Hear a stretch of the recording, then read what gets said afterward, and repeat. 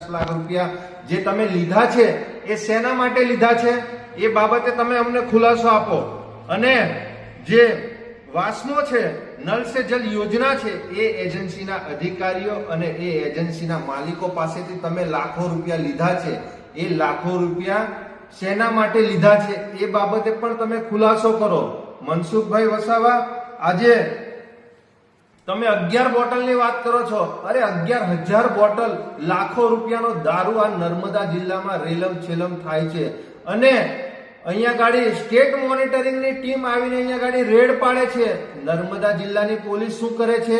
એ હપ્તા લે છે, એમને હપ્તા મળે છે એટલા માટે આ જે મોટા મોટા બુટલેગરો છે એમની પર રેડ નથી પાડતી। કેમ સ્ટેટ મોનિટરિંગની ટીમે અહીંયા ગાડી આવવું પડે?